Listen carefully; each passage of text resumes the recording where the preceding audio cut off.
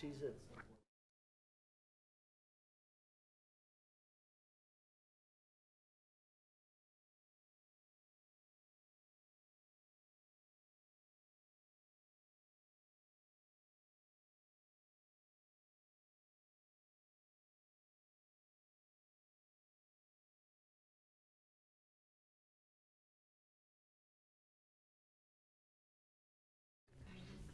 Wow. I could hear that. Okay. 1 minute warning.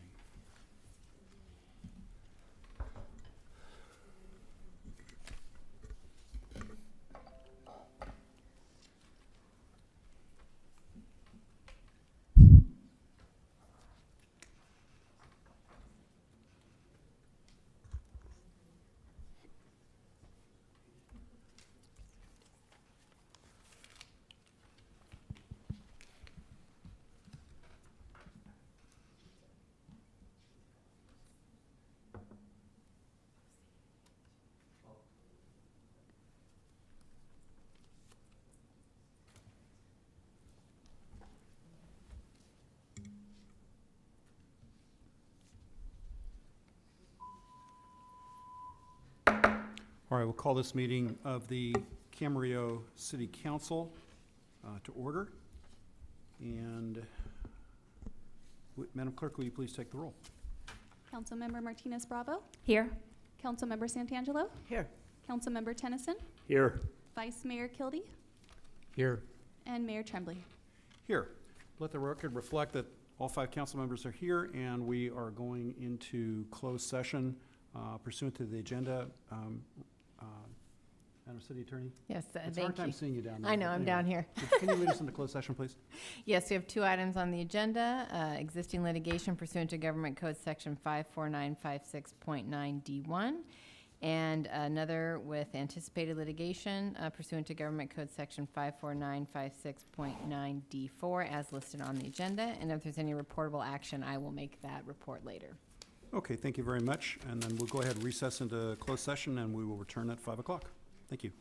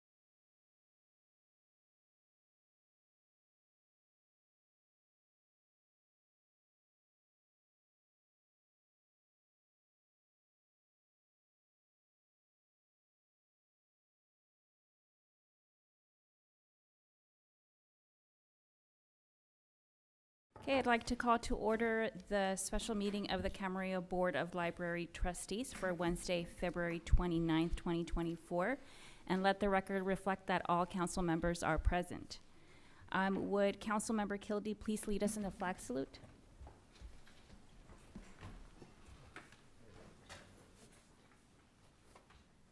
Place your right hand over your heart. Ready, begin. I pledge allegiance to the flag of the United States of America and to the republic for which it stands, one nation, under God, indivisible, with liberty and justice for all. Thank you, Councilmember Kildee. Moving on to the approval of the agenda, are there any amendments to the agenda? Okay, seeing none, the agenda is approved. And now moving to general public comments, is there anyone from the public who wishes to address the library board? Okay, seeing none, we will now move to the consent calendar. May I have a motion and a second to I'll move the approve? approval of consent. Okay, we have a first and a second. Please vote. Or should we, Madam Clerk, Trustee Kildee. that imaginary button? I know we should have little panels, right? Trustee Kildee. Yes. Trustee Santangelo. Yes. Trustee Tremblay. President Pro Tem Tennyson. Yes. President Martinez Bravo. Yes. Motion passes. Motion passes unanimously, and now we will move to our discussion items. Do we have a staff report from our staff, library staff? Good afternoon, Madam President and fellow library trustees. One of the library's goals is to educate and inform teens about various career paths. The library's Russell Fisher Business Coordinator and our teen and adult librarians have created a unique job series for teens titled Pathway Beyond the Ordinary. In the month of March, the series will showcase local individuals who have pursued unconventional careers and found success.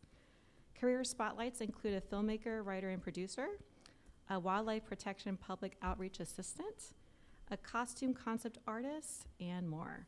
Each presenter will discuss their passion and how they found success and fulfillment in unexpected jobs. For Women's History Month, the library will offer various programming, including a presentation of the history of pirate queens with Dr. Rebecca Simon. Our Youth Service Department will offer a dramatic reading with actors who will play Beatrice Potter and Laura Inglis Wilder on Wednesday, March 13th. We will close out the month with a captivating program featuring California State Senator Monique Lemon, who will discuss how women can get started in public services on Saturday, March 31st. And that concludes my report, and I'm happy to address any questions. Thank you so much, Mandy. Does council have any questions or comments? Okay. This is a receive and file, and thank you so much for your report. Moving on to board and staff comments, do we have any reports or comments from the board? Okay, seeing none, we will go ahead and adjourn the meeting of the library board. And I will open this meeting of the Camarillo Sanitary District. Let the record reflect that all directors are present. Is there any changes to the agenda? Are there any general public comments for the sanitary district? Seeing none, we'll move on to the consent calendar. I'll entertain a motion. I'll move. I'll second. Have a motion and a second. Maybe have a roll call vote, please. Director Kildee. Yes. Director Martinez Bravo. Yes. Director Tremblay. Yes. Secretary Tennyson. Yes. And Chair Santangelo. Yes. That passes unanimously. There are no discussion items, so I'll move on to board and staff member comments and reports. Are there any? All right, seeing none, I'll adjourn this meeting of the Camarillo Sanitary District. We'll reconvene this meeting of the Camarillo City Council, special meeting of Thursday, February 29, 2024. We don't need a roll call, just let the record reflect that all members are, all council members are present.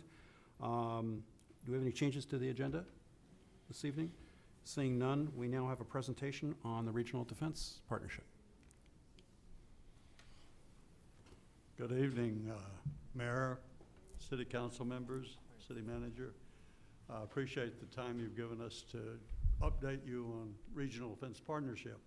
and to thank you for being a sponsor of the organization from the very beginning.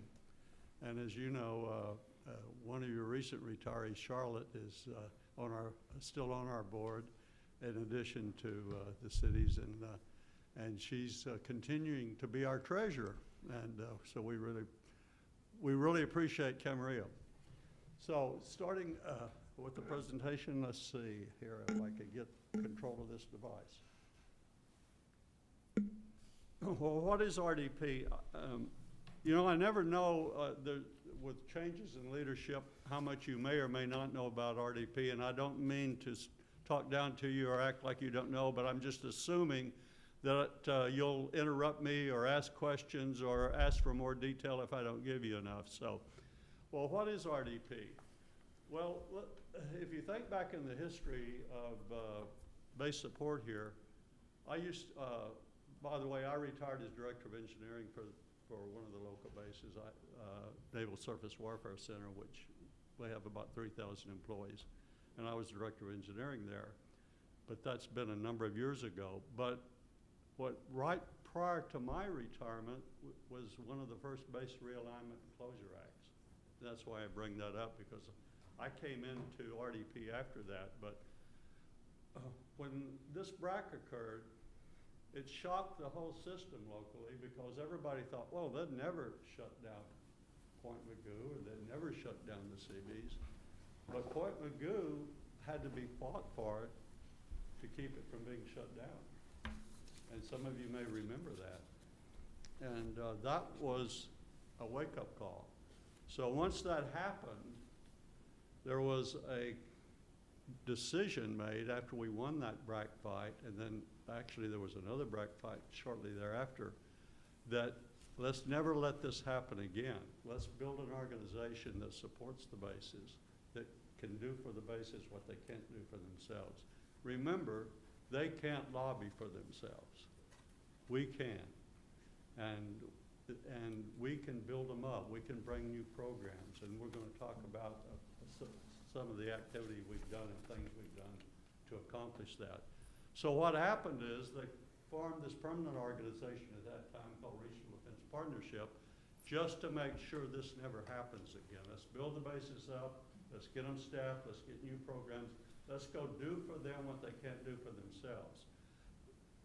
They never had a meeting prior to that with local elected officials or anyone that they could turn to and say, hey, we can't get our job done because of, could you help us? They had nothing to turn to like that. And without that, their hands are often tied because they have no ability to lobby. In fact, it's illegal for them to lobby in those positions. So anyway, with that in mind, RDP was formed. Well, what's our membership?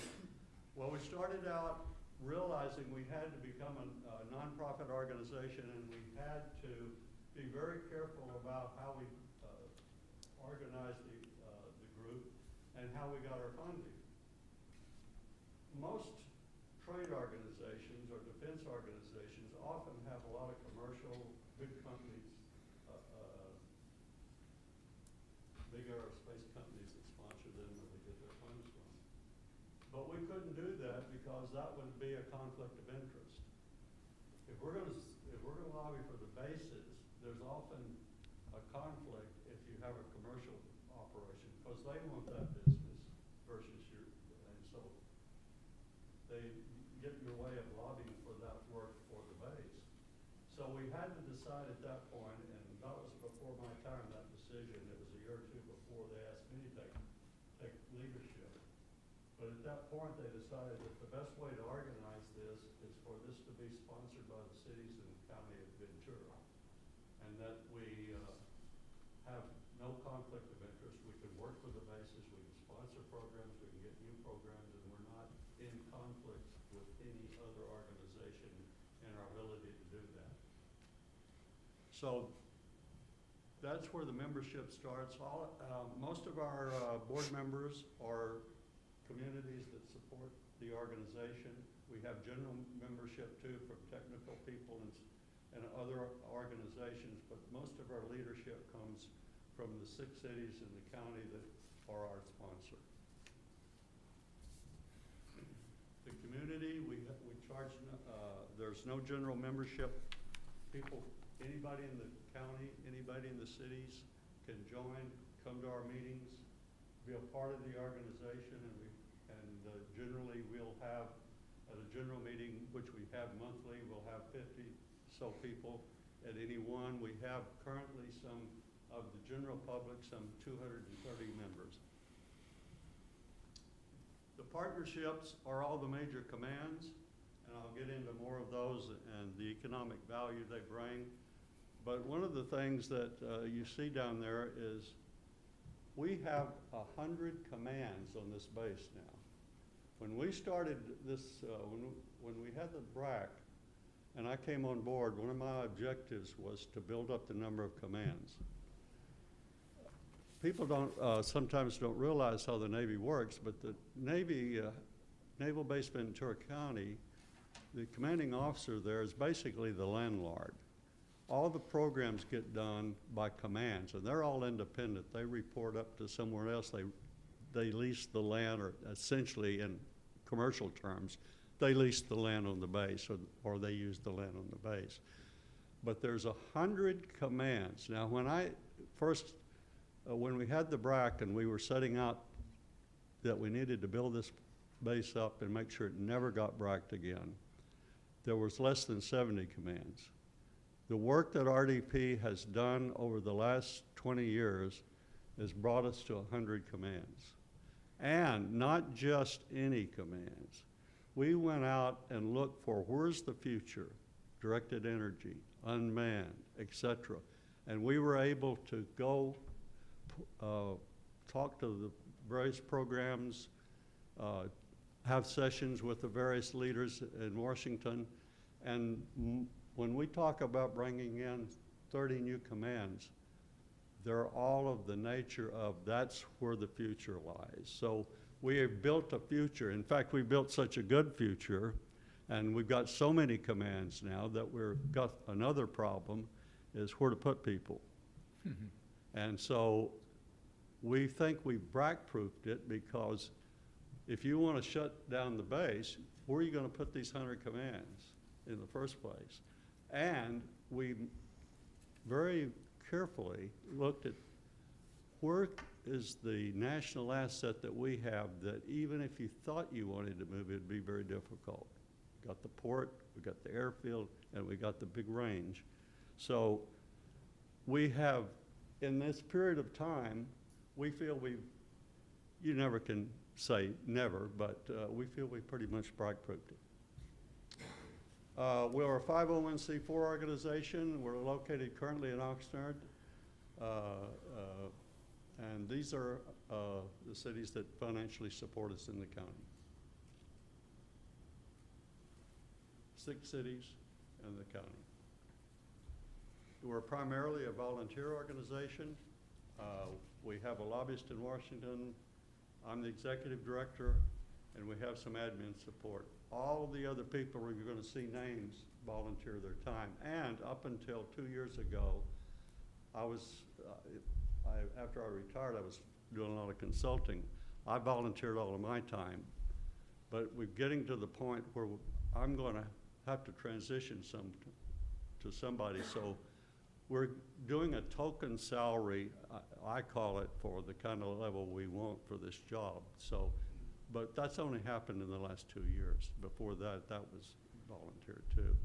But we are, we do now pay the executive director, and we have admin support and a lobbyist. But everybody else volunteers their time in the organization. There are no membership dues, as I said earlier. General meetings are held monthly at the county center. And our general meetings we'll have, as you see the attendance, I won't read all of that. Where most of the work gets done is in the strategic committee. And that last one, base visits, we visit all major commands at least annually, I'm sorry. We're actually right now in that process.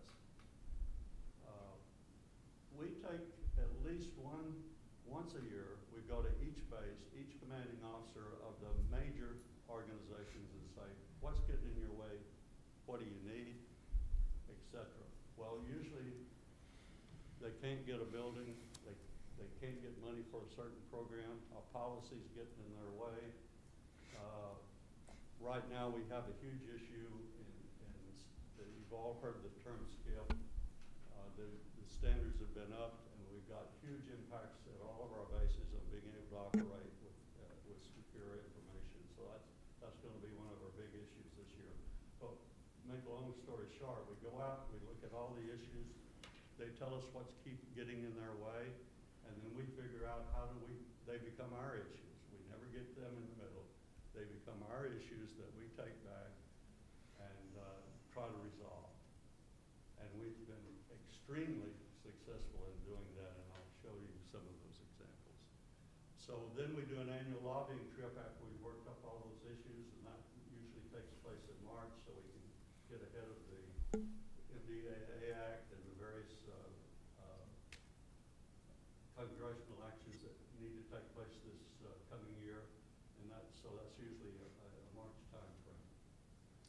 And we take all of those issues, we get into all of the offices that are required to resolve those issues. We visit almost every undersecretary of defense, almost all the Navy undersecretaries, all the leading commands, all our senators, and our congressional people, and take our issues to them. So we actively also lobby for and do things that behind the scenes to bring new programs. I had a long history working with the Navy, so I knew all the program managers, I knew all the places to go to, I knew all the things to do, and I have other technical people that are retired SESs. So we know how to get the programs, so we know which offices to get into. So when you see earlier we talked about 100 commands, well, the programs we got with all of those commands far exceeds that. We've got hundreds and hundreds of new programs over the last 20 years that if someone had not gone back and marketed for those, we probably would not have done. We've developed very strong congressional connections. In fact, almost anything to do with DOD, our senator staffs, our Brownie staff will talk to us about federal sector. How it should be, is this important to us, and that type of thing. This is essentially how the organization works. The board officers are above. The current board members are listed, and I will go over all of those. And the work gets done on a day-to-day basis, writing the issue papers, making the visits, et cetera, by the strategic committee. This is the impact currently. Over over $4 billion, or 4.6, 24,000 people employed, and that's NBVC. That's those 100 commands. We also have, in addition to that, the Air National Guard that we support in the same way. And in the last 2 years, that's been $661 million in economic impact. And the thing to remember, these are the best paying jobs. These are the place where the professional jobs are. These are where the scientists and engineers are. When they say they're the biggest employer in the county, it's not just everyday jobs. We're talking scientists, we're talking high paying jobs.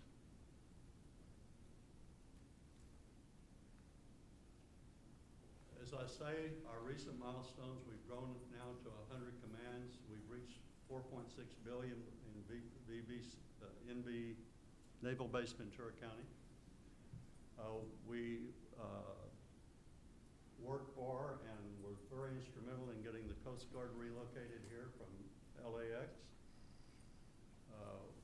We have something very important there. I meant to use this. Directed energy.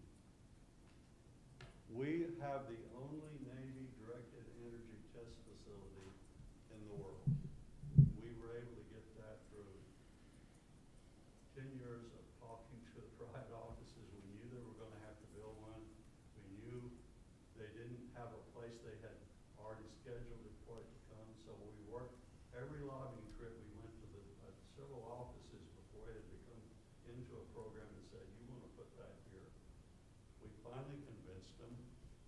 we have and we went out and helped them get military construction for it.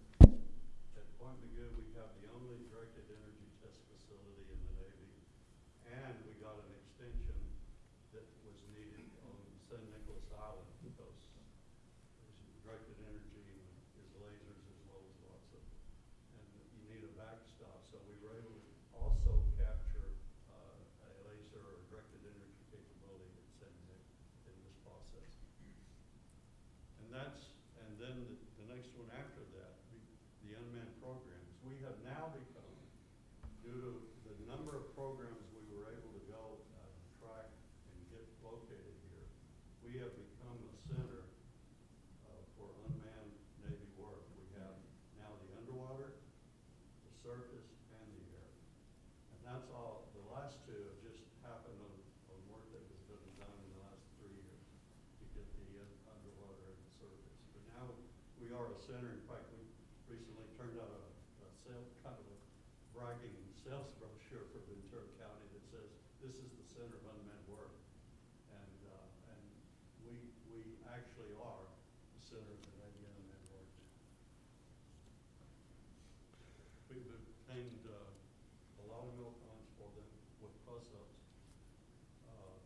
Up until about 7 or 8 years ago, we could, there were a lot of plus-ups available, and we had, one of the problems with laboratories is they have a real hard time getting military construction because the bias is towards the fleet and giving it all the stuff to the operational forces. So they are always way down the list on getting their MILCON. So a lot of their laboratories just deteriorate and are updated due to lack of funding. But we took that problem on, and we worked with our senators and congressmen and women, and we were able to get a lot of MILCON plus-ups, which means the money designated for our MILCON, not just get on the list. And that money is over and above the MILCON program. And I'll talk more about some of those. So what are some of the things we're working on right now? I won't read all of those, but we have huge problems. We got an aging facility. We're trying to get the electrical power grid updated for it because they have very important programs, and one of the most difficult things to do is get infrastructure money. And you probably realize that everybody has a problem maintaining stuff. So that's a lot of our issues. We've got we attacked it, but we were able to get the MQ-25 Stingray program here. That's going to bring 800 new people. So we've got a lot of where we're going to put them, where we're going to put all the programs. But it's the growth we want. It's the future. This is one of the unmanned. This is an unmanned fueling aircraft. It's going to be the way the Navy operates in the future. So we're looking at programs that build a future here, not just a program. And so that's one of the areas we're working on. Trying to keep the pay and allowances for this high-cost area and get special salaries for this region. That's an issue. We need wharf improvements, etc. And you see that last one, skip improvements. This is becoming a huge issue that we'll be working on a lot this year because they've done all they can do. They need some help now. How do we get them the capability to do the improvements they need? And that'll be something that this year that we'll be working on. Future challenges, well, might be another BRAC. We're trying to continue to grow programs and make sure we know what are the important programs we need to attract and continue to work on their resiliency and just trying to make sure we have a future and they have a future. This is just some of the programs that and monies I couldn't begin. This is pages and pages, but I will bring your attention. I talked earlier to you about the directed energy facility and all the unmanned systems complex we brought in. Just in the last few years, we brought in $80 million worth of new work that wasn't necessarily going to come here. And you see 8 C-130Js. This probably will never happen again. All the stars lined up for us. The Air National Guard wouldn't be here today. They came to us, this is now going back some 15 years, and said, we're not just going to get C-130Js, that's the new aircraft, until way past the time that we need them. And because of that, we'll probably be closed down because we won't have modern aircraft. And we did some research and they were right. They would have been shut down. So we went to work. We had congressmen luckily sitting in good positions. We had senators sitting in good positions. And this is, I can guarantee you, this has never happened.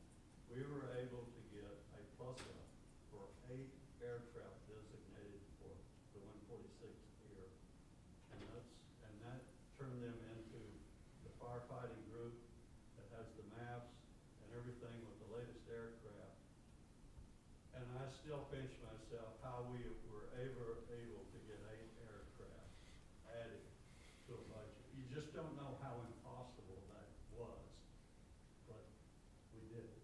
And we still, now we have the Air National Guard, which is the head of all the MAPS programs. They're the center for all firefighting takes place, our local 146, and they got all their aircraft that kept them in business.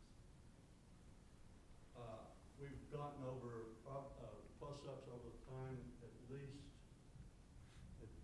and those dollars are not some of the, at least $150 million of plus-ups in military construction for the last year.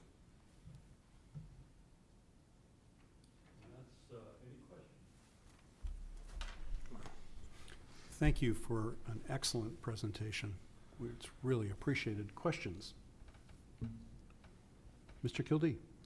I don't have a question, Gene, but I know that amongst other board members, but yourself has given countless hours and a real buy-in of your time too to try to save this precious asset that we have out there. And you saw very early how important this was to the economy of Camarillo. And I just want to personally thank you for all that you've done through the years here. And I was, along with my Councilmember Tennyson here, I was able to go to my first meeting last meeting. Very impressive board and very organized in what you do and very focused in what you do. And I was really impressed with your whole structure there. And I just want to personally thank you for everything that you've done. And I really like to hear that you're really, planning for the future, which is so, so important. So again, I just want to thank you for your time. And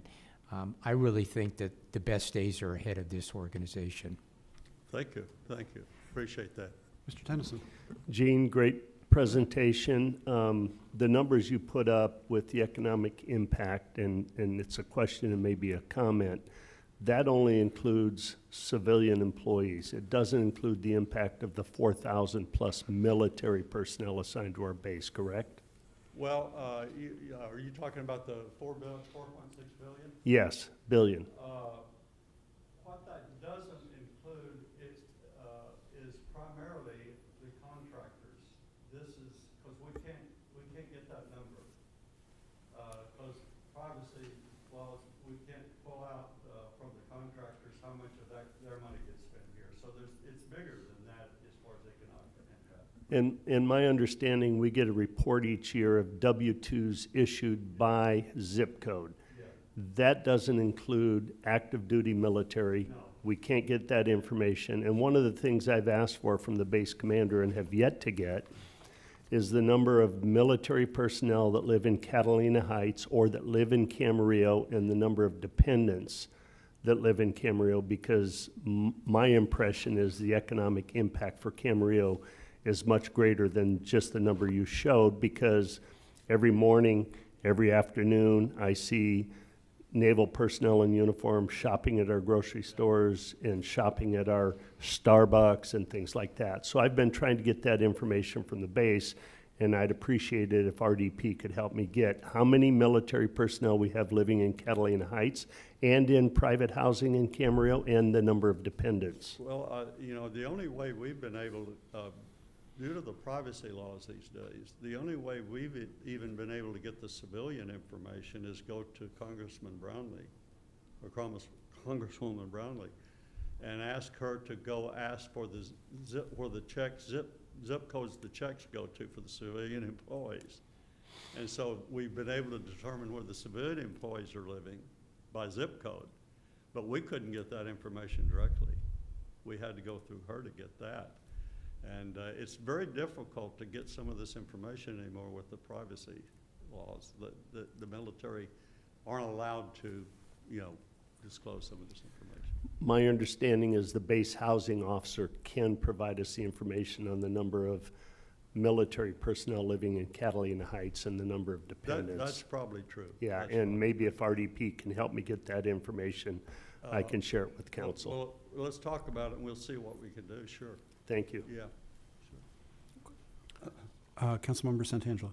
I just wanted to thank you for your time being here tonight, and thank you for your time and the effort that you've put into RDP for so many years. Appreciate it, but it's really helpful to have you here to talk about RDP and exactly what it does and why it's so important for our community. So thank you for your time. Well, I want to thank the city of Camarillo too, because you guys have been just so loyal and supported us every year, and your members that you've put on the board and our organization have all really been active and helped us a lot, and so we really appreciate that. Councilmember Martinez-Bravo. Sir, thank you so much for your passion and your time and your dedication.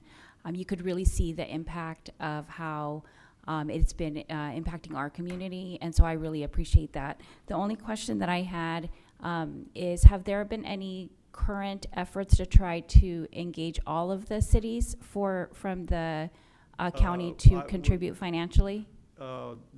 We are working with Moore Park right now to try to get them on board.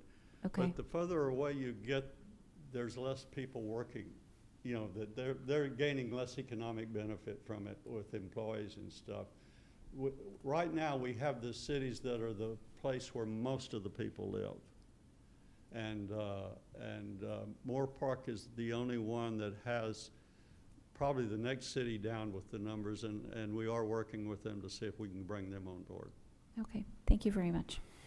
Before you go away, Mr. Fisher, I really want to thank you for being here. The presentation is excellent. I remember distinctly back in 1994 and 95 and the shockwaves that occurred during the whole BRAC realignment process, because we thought we were going to lose these facilities. And I credit RDP 21 with outstanding advocacy, because you've not only been able to take what we have out there, it's expanded, and you think about the importance to the local economy and the jobs for our local residents, and put on top of that, of course, the importance to our national defense, Yes. which can't be understated. You've done great work, so I want to thank you as well. And again, I really appreciate you being here. Thank you. Thank you. All right. We're going to move now to council and staff comments and reports. Let's go council comments. Do you want to start? Sure. Okay. Sure, thank you. Councilmember Martinez-Bravo. Thank you, Please Mayor. I just have, February 15th, I attended the Economic Development Collaborative meeting. February 26th, I attended the Finance Committee meeting with Councilmember Tennyson, and I also attended on that day the Investment Committee meeting with Councilmember Tennyson, and that is all I have. Okay. Do you want to go next? Sure. Councilmember Santangelo.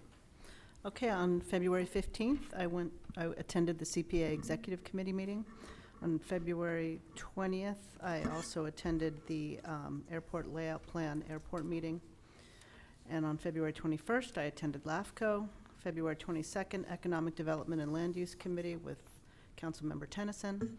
And February 28th, CPA Finance Committee. And that's all I have. Who wants to go next? Councilmember Tennyson. I'll say ditto, because I attended meetings with Councilmember Martinez-Bravo and Councilmember Santangelo. I just want to make plus I attended the AWA Water Issues Committee. I just want to make a comment about the February 20th ALP meeting at the library here, or I'm sorry, at the Ventura County Office of Education. Extremely well attended, much more organized than previous meetings. I think they made an extreme effort in getting out information to the public, and I'm looking forward to continued cooperation with the Department of Airports and working with our local citizenry to deal with the noise issues in the ALP.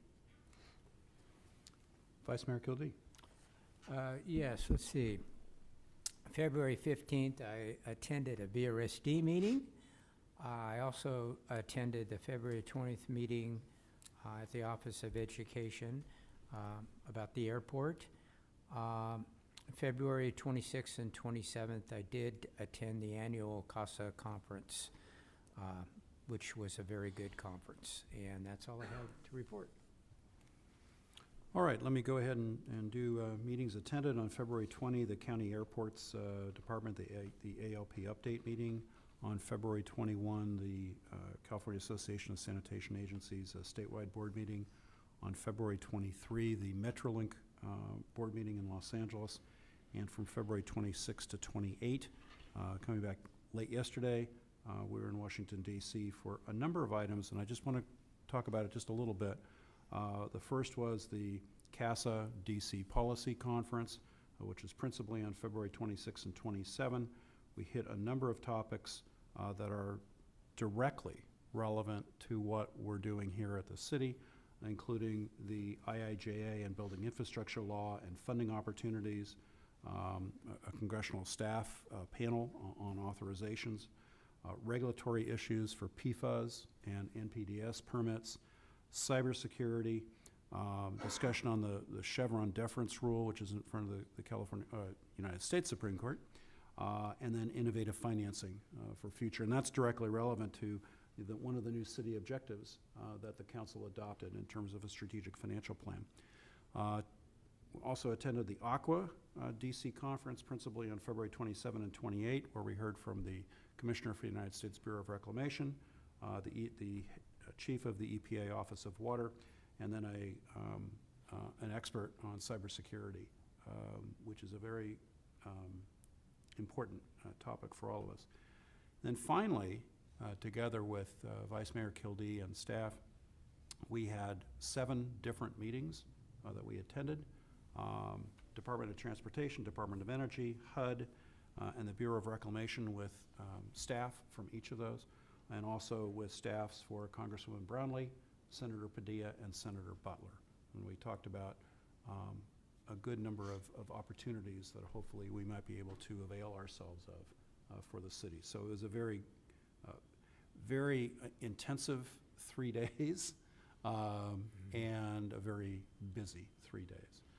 And then finally tonight, when we adjourn, I would like, without objection, to have the council adjourn in memory of Dr. Richard Loft. You may have seen the obituary, but Dr. Loft, who was also a personal physician for my wife and I for many years, he passed away on February 8 at the age of 93.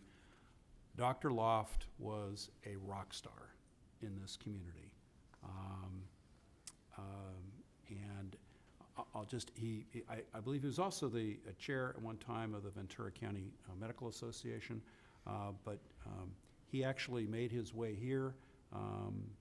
He studied at UC Davis to become a veterinarian, but then he went through medical school, and he got here by, when he was on a trip here to Camarillo, he stopped along Highway 101 at the A&W. Now, there may be those of you in this room who do not recall where the A&W was. I do. And he stopped along the A&W in Camarillo, and he looked at the phone book for the physicians in town, and he said, okay. And he called one of the physicians in town, Dr. Walsh, and said, well, what do you need here? And he opened his practice in April 1964, and he practiced here for 50 years. He and his wife were both Dons and Donias of Pleasant Valley Historical Society, and he did a whole raft of just an incredible amount of community and philanthropy items. He was a wonderful community member and a philanthropist, and a wonderful piano player, by the way. Great jazz piano player. So without objection from any members of the council, I would like to adjourn tonight's meeting in honor of Dr. Richard Loft, if that's okay with everybody? Absolutely. Great. Yeah. Thank you Great so man. much. Okay. Your Honor, I think, can I just, I think I said Costa Conference, sorry, I got Costa on my mind for the Aqua Conference that I, Get to, get on the mic. so, No, you're clear. was it clear? Yeah, Okay, you're good. clear. On the CASA conference? Yeah, Mhm. thank Okay. you. All right, let's see, any staff comments at all? Hearing none, that brings us to consent calendar. Move the Mr. approval. Mayor, Yes, Mr. quick Tennyson. question on item P, Item P, as in Paul. as in Paul.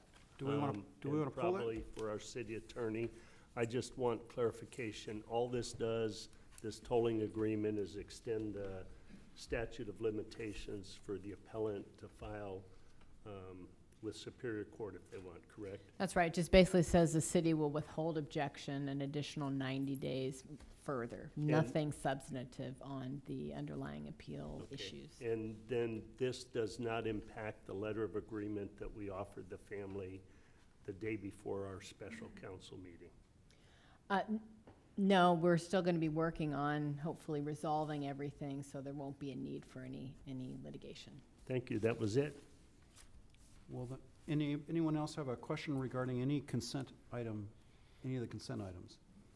All right, then I think it'd be appropriate at this point if we heard a motion with respect the to consent approval of items consent. D through P, and I heard a motion by Vice Mayor Kildee. Do I have a Second. Second. Go ahead. Ty, I'm going to give that to Councilmember Santangelo. I think Ty goes to the winner. All right. All right. Madam Clerk, would you please call the roll? Councilmember Martinez Bravo, Yes. Councilmember Santangelo, Yes. Councilmember Tennyson, Yes. Vice Mayor Kildee, Yes. and Mayor Tremblay. Yes. All right, that's adopted by a unanimous 5-0 vote. It's now 5:45 PM. The only thing we have left, we have no discussion items, no public hearings tonight. We have general public comments at 6 PM. And following that, we'll have a very quick closed session report. Unless you want to do that now, Madam City Attorney? Do you want to do a quick closed session report? I can indicate that we went into closed session as to item A, and there was no reportable action on that item, but we will be returning into closed session for the second item, and if there's any reportable action, I would make that report later. Sounds great. Thanks so much. All right, so why don't we go ahead and recess until 6, it's now 5:45 PM. We will recess until 6 PM. We stand in recess.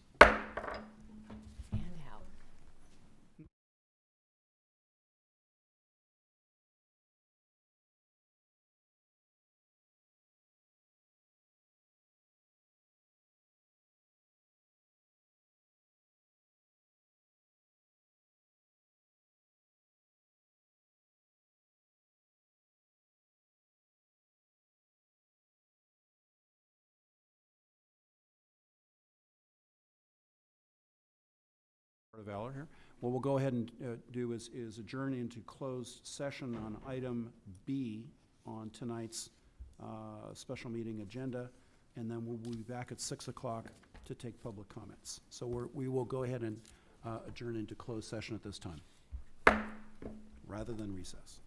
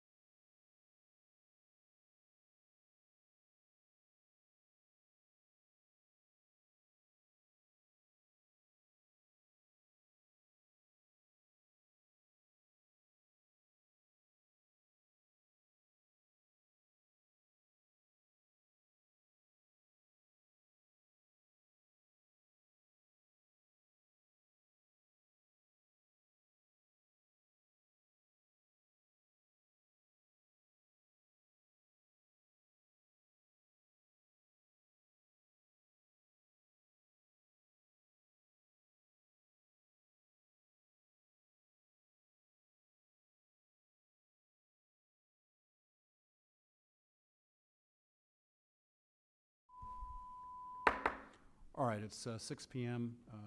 Council is now back in open session. The record will reflect that we met in closed session with respect to item B. We are going to, after hearing any public comments, we are going to go back into closed session. Let me just give you a roadmap under item B, and then we would eventually come out and adjourn this meeting of the City Council with any closed session report by the City Attorney, and again, reminding everyone that we are adjourning tonight's meeting in the memory of Dr. Richard Loft. Let's see, at this time, are there any any members of the public here to comment on matters not on this evening's agenda? I don't see any members of the public who wish to offer comments. Madam Clerk, have you received any cards? All right, so seeing none, we have no public comments. Councilmember Tennyson, I wanted to recognize you on something. Yes, I'd just like to mention that Monday evening, March 4th, Viva La Comida, a significant fundraiser that's been going on for 50-plus years, that supports a lot of local nonprofits in Camarillo, and especially the Boys and Girls Club of Camarillo. It's at the community center on Burnley. You can do drive-through or dine in. And I believe it's $20 at the door. I may be Yes. wrong. $20 at the door. If you want advance tickets, you could probably see the mayor. He can get some from his Rotary Club. But it's a great community event. You meet a lot of people that you haven't seen in the last year at the community center, and it's a great opportunity just to get together and support our local nonprofits.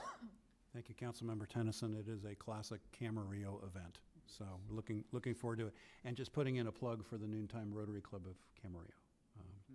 All right, Camarillo Rotary Club. All right, with that, we're going to go ahead and recess back into closed session at this time, and then eventually come back out in the manner in which I indicated before. We're in